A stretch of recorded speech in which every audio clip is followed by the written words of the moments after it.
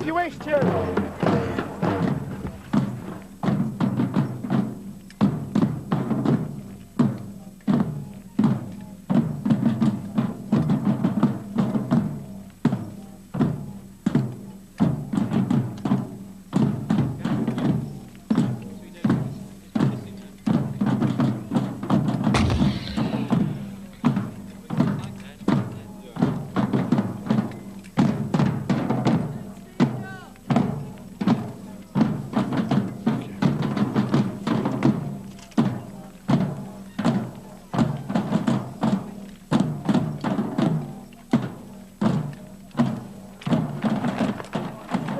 Just as they did 350 years ago, the men of Cromwell's armies show their colours to the king's men, taunting them to come and fight. One of the closing battles of the English Civil War becomes a piece of outdoor theatre, which an audience of 10,000 will watch.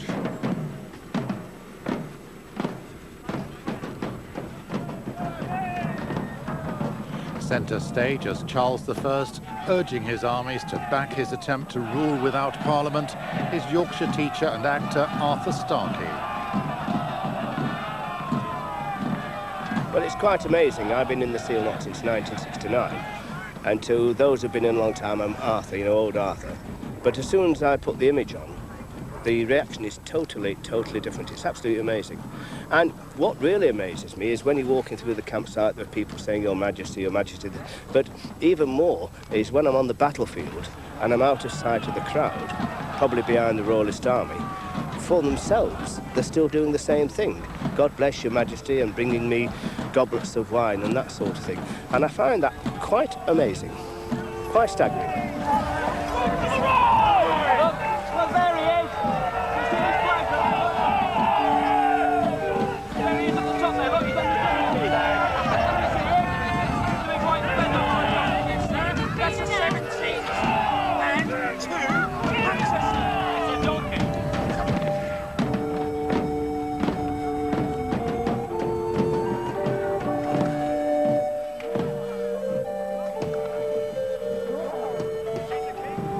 This Battle of Naseby was never sought by me. I do fight more for the liberties and freedom of my people than anyone whomsoever. And we must put down this damnable rebellion.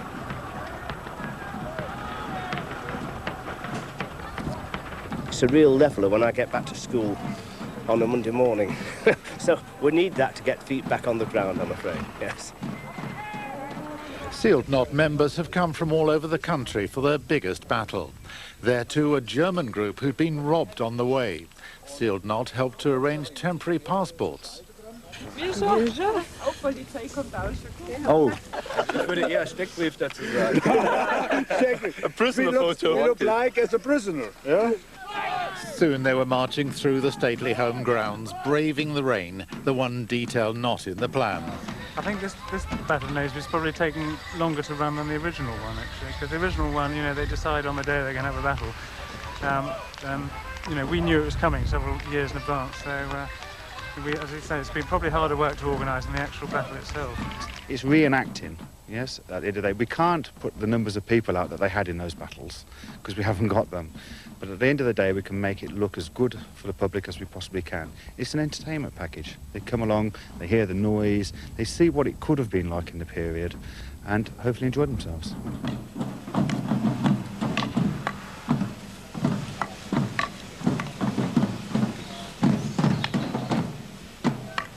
Because the sword you can always do,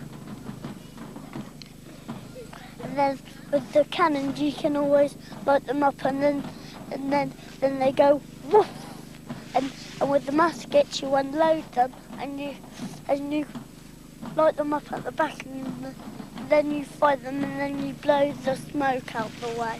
It was really good. Violent.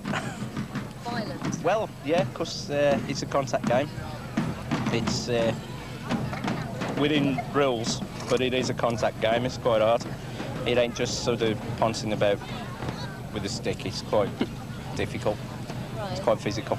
The Sealed Knot, I think, prefer fighting this weather, because if it's really hot, they get very sort of hot and bothered under their under their stuff. So actually, this is actually quite good because I'm quite warm. Oh God, it started already. The gunfire has started. Artillery! Here, give fire! Give fire!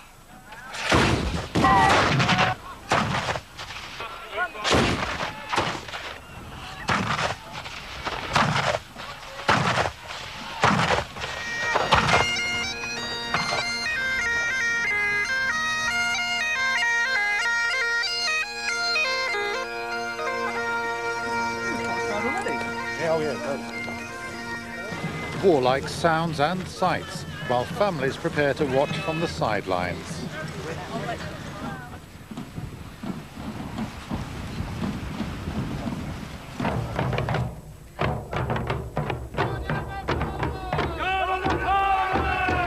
Sealed Knot members camp out in their thousands for the weekend.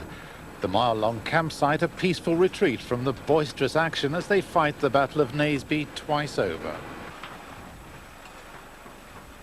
Barely a musket shot from the battlefield, blacksmith Mark Taylor makes bespoke weapons and armour for Roundhead and Cavalier alike. What I'm doing here is I'm flanging out the back of a pikeman's backplate.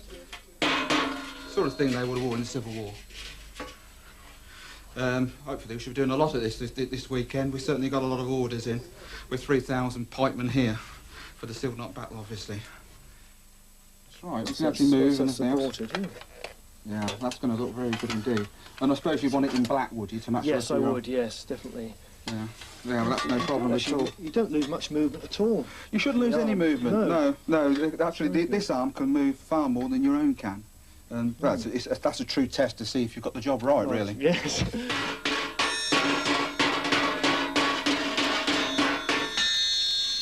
The armour we make is made as authentically as possible, obviously on the forge. And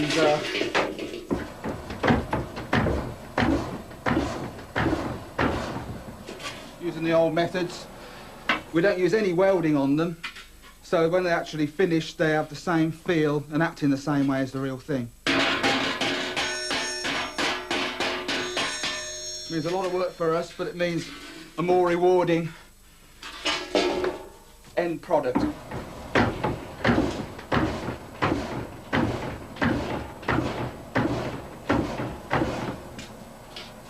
And we're now finding that we're exporting them all over the world.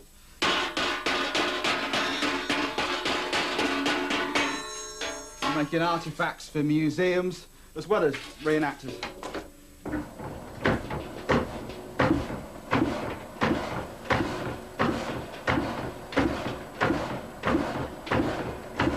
Exhilarating. It is a big adrenaline rush. It's also, I personally find it a bit of a release. I mean, I've had weeks when I've been really quite tense and come back from a battle and just felt so laid back. It's very therapeutic. I like the cannons and the muskets and the swords because you can always chop people's legs and hurt them. I think work think I'm a bit odd. I remember after my first ever battle, 13 years ago now, I rang in on the Monday morning to take the day off. Wonderful line, sorry I won't be in today, I've been in the wars. And there's something inside it that takes over, and sometimes you think you're really there. And my first ever battle, I was actually frightened because I couldn't see nothing other than the battle going on around me. And I for some reason or other, thought, if I was really there, I would really be frightened. And it's something that just takes you over. The men love it. They love posing about in their posh gear, you know, because they don't, in normal life, you don't, do you really? Most men don't have flamboyant costumes, and I think they enjoy it. I'm wearing Swedish bucket top leather boots. They are of authentic design with spurs. The heels on them are actually held together with wooden nails. The suit is a banqueting suit. It's been worn by a gentleman. Obviously, it'll be a man of some wealth to be able to afford a suit like this. And then my hats would have nice plumage, cockade of feathers. They do look nice. I don't know if they're sexy or not, really. But But there's more to bringing history alive than dressing up and lining up with your army. Some go to great lengths to live the past. Amen. Amen. And where will start preaching, sir? Ashley Castle. Because, my role is to instruct the parliamentary troops as to the word of the Lord, to harangue them, to make sure that they do not turn and run, to make sure they're aware of the presence of God the whole time. The wounded get sympathy, but woe betide the deserters. Yes, you're absolutely right, yes, and we're turning back in, that's right, to fight. This battle is for the establishment of God's kingdom upon earth and the 1,000-year reign. Because come the retribution, you, sir, shall be the first against us. The cause is clear, the army's in place. Battle royal can commence. What followed was described by those who saw the battle in their own accounts. This new model army, condemned by many and left a sheep to the slaughter by others. But from the beginning I was confident that these men are fighting for God's glory, the preservation of religion and liberty, and the destruction of the enemy.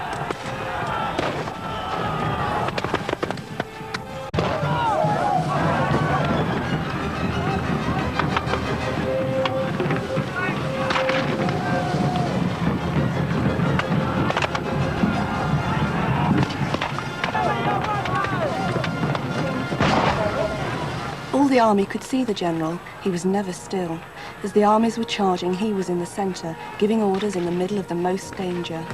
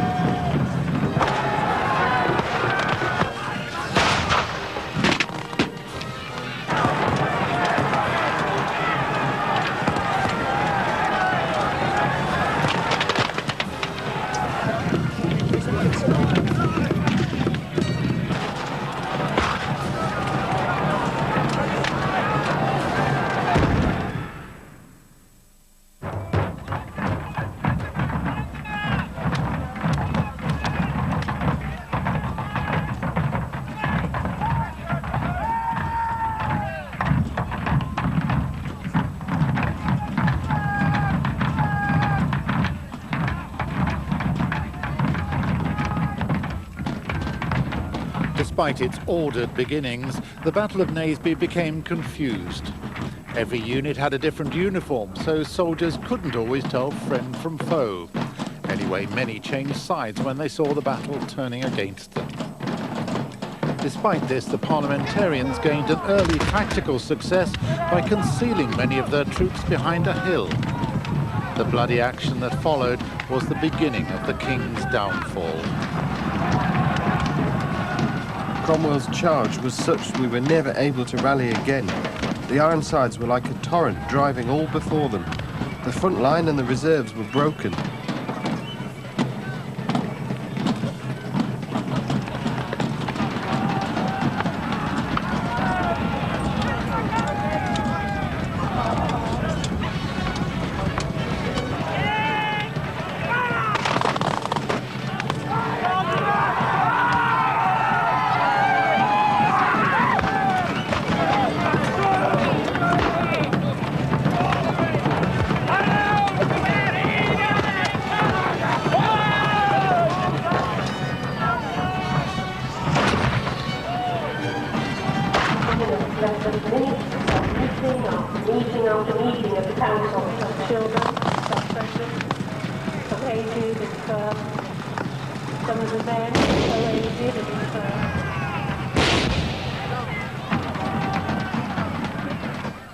It's the contact sports side of it and the social side, having a drink later and meeting up with the lads. It's very similar to rugby or something.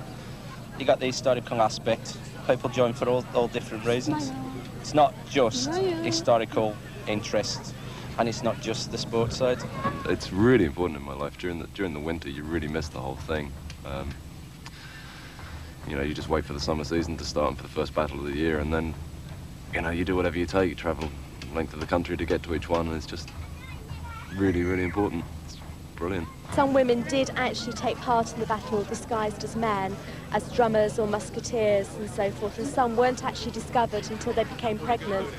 Well, they're not aware that there was a civil war in England at all. Usually you talk to people, they go, English Civil War. Did they have one too in the 1860s? Yeah, well, you have to sit and explain to them that it was 350 years ago, and these people were the founding fathers, so to speak, of the American colonies. You get the buzz even after 22 years. Yesterday when we were being attacked by the horse, I still got the adrenaline, I still got going, and it built up inside. And you know, we must have done, I've done hundreds of battles now, but you still get it. You go on, and the buzz is there, and you forget how old you are until you come off and feel the bruises. It can be quite frightening at times. I'm not really into being a pikeman, but that's what I do. It's possibly the easiest route, and yeah, it gets quite frightening. It gets quite painful. You get psyched up. You've got to get psyched up, or else it's not worth going in. So you know, you look forward to beating them. They are the enemy. We're for Parliament. We won today, but it's really, yes, you've got to get psyched up and have a good go. Some went because it was safer for them to be dressed as men, obviously as women travelling around the country. Some went because their husbands were there and therefore they wanted to stay with them and took on a fighting role. Others because they wanted to fight for the cause and therefore did, whichever side. And that was basically the reason that they would have done it, really. Right. And getting paid, of course. Well, actually, this is my first one, and I'm finding it's quite an eye-opener. Lots of mixture of people. Well, they're from all walks of life, aren't they? Yeah, there's everything. Yeah, everything. And the kiddies think it's lovely. And I'm enjoying myself, yeah, tremendously.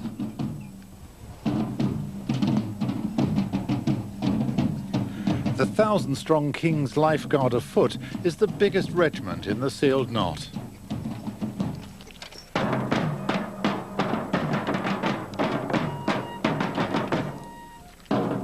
They're authentic right down to the vital role of the drummers in action. You'd hear the officer's command, for instance, charge your pikes.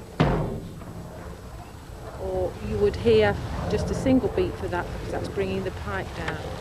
Or you would hear the call, charge to horse. That means the horses are approaching the men. If they've not noticed, if they're busy with their pikes, they've got the backs to them. Very often they would be advancing at point of pike, which means they've got the pike down, pointing towards the enemy to push it back, and the beat would then get gradually faster. We would start. As we approach the enemy, it gets more exciting.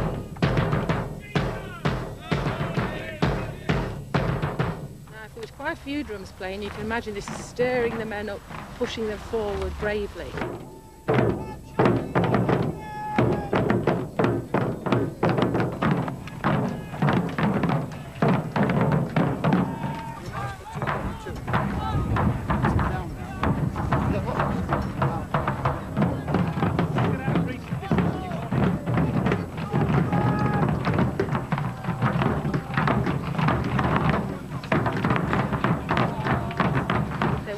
To attention, you would hear the call, charge your pikes and muskets. 3 very slow beats. We have to keep the beats very slow because all our weaponry is large and it's awkward.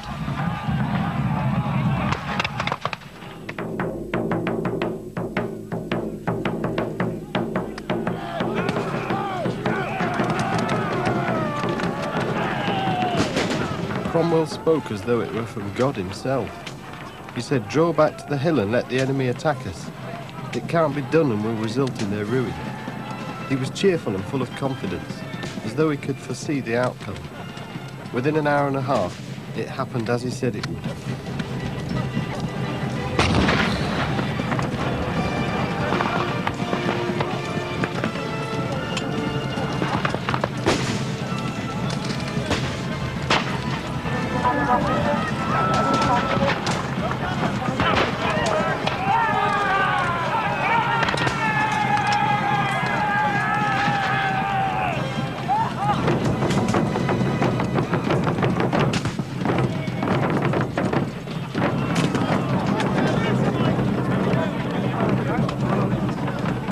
I just do it because I thoroughly enjoy doing it.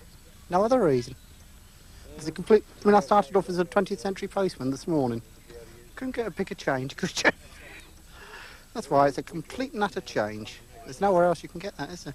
I'm a computer analyst in my day job, and the main thing I get out of this is just something different to do. It's very hard to explain to people why it's relaxing, because you come back, you expect to have a few minor bruises just as part of the enjoyment, and it's just so different to anything else you're going to do in your life. I've got a very stressful job. I'm a policeman in London, working in the cities, and I use this as a pure form of escapism, getting away from reality and enjoying myself doing what I want to do. Yeah, I work as a computer operator in an advertising agency, and getting away to the sea at night is just escapism. It's a chance of getting away from real life and forgetting everything for a while and relaxing, you know. Drinking too much. I'm a civil servant, so I do a desk job. So I enjoy the still not because I get out into the countryside, camped outside, and get cold, and get wet, and get muddy. But I enjoy the difference. I enjoy a challenge for a weekend, and then you go back to a nice warm house, nice hot bath. And it makes it all worthwhile. I'm actually a horticultural storeman. I do sort of like parts of lawnmowers, chainsaws, whatever. Boring work, really, but this time of year especially, it's quite difficult getting time off work, but I do love it. I live for this. I live for this, honestly. Colleagues at work, they think I'm rather eccentric and I don't really want to know. They think it's too dangerous for them, and they don't like the idea of the camping. And so, yeah, they think I'm a bit eccentric, and I thought that's it. I'm an artist, hence all the fake blood, but also I like to ham it up in front of the crowd, especially in small cameos. This, like, is a large battle. We also do small cameos around in large houses and castles, and there you can mix and mingle in with the public, which is very, very nice. And of course, this adds a bit of character, adds a bit of talking point and whatever. Yeah. I'm in the Armed Forces. I'm in the Royal Air Force, electronics technician, so totally different from what I do here. I was working in a particular office at the time, and I was walking down the corridor and I saw this poster on the notice board, and I thought, it'd probably require a lot of time, what have you, and then I was walking down the corridor a bit later, and this chap walks up to me and said, "Here, do you want to join a 17th century reenactment society?" And then I thought, oh, why not?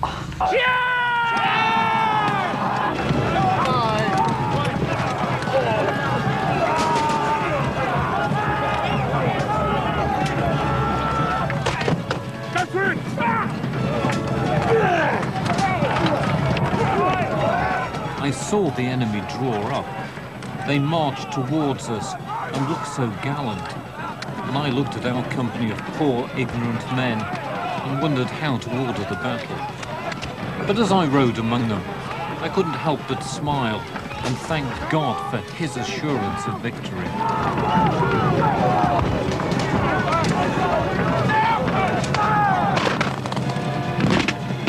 They had a hedge for cover they'd lined with musketeers. Before we could charge, many of the regiment had fallen. Rupert charged, but too many were shot before we could get at them.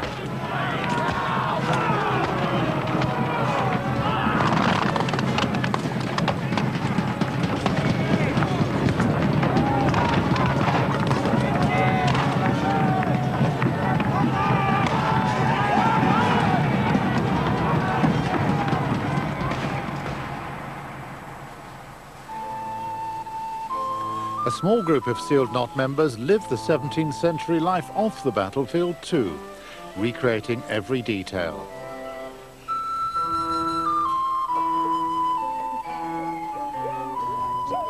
Caravans and camp stoves are out.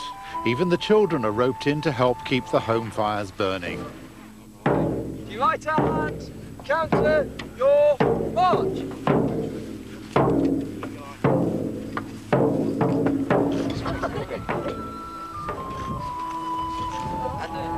In their authentic campsite alongside the battlefield, they spend the weekend showing just how an army marched on its stomach.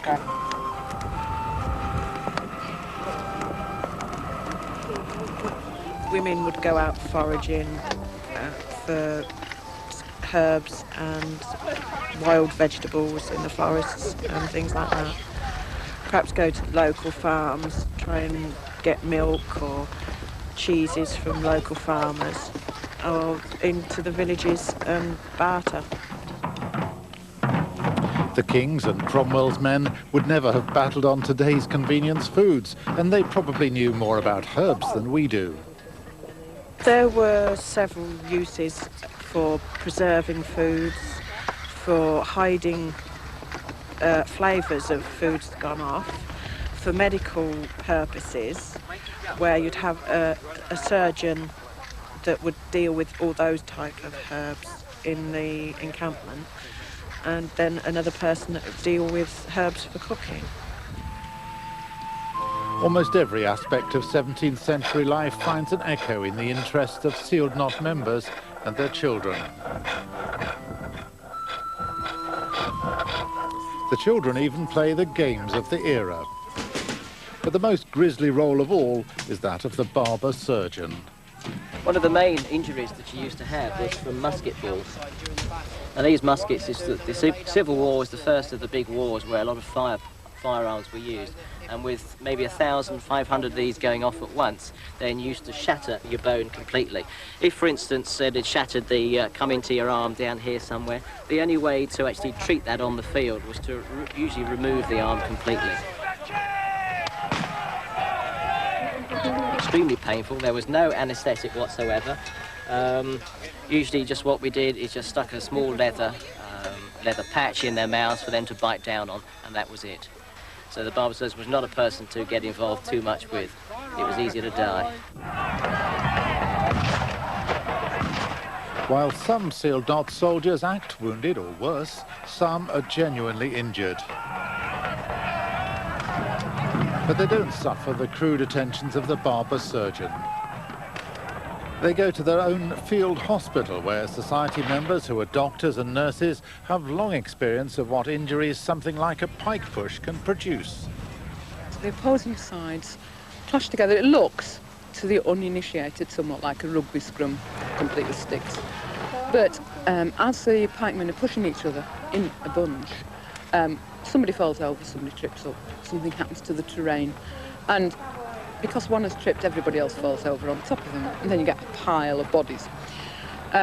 Because of this pile of bodies, as they fall, the edge of someone's helmet can catch someone else's face, or just possibly, as they fall, you might get a leg entangled up with various pikes at various angles, and the sheer weight of numbers on top could possibly break an ankle or something like that.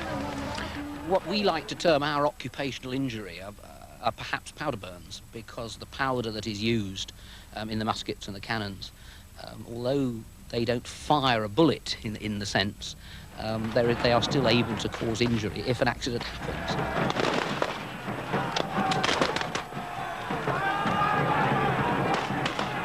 It's well documented that one of the commonest causes of death and injury in the Civil War was soldiers sitting on barrels of gunpowder smoking. We actually don't see that much these days.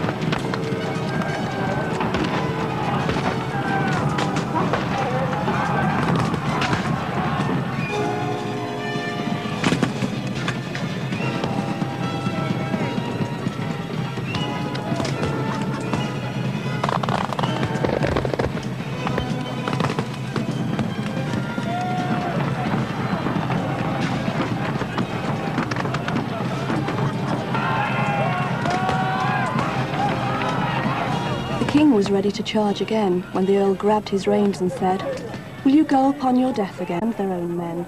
They turned and they ran. You're there and you think, like, I'm frightened. I don't want to do this.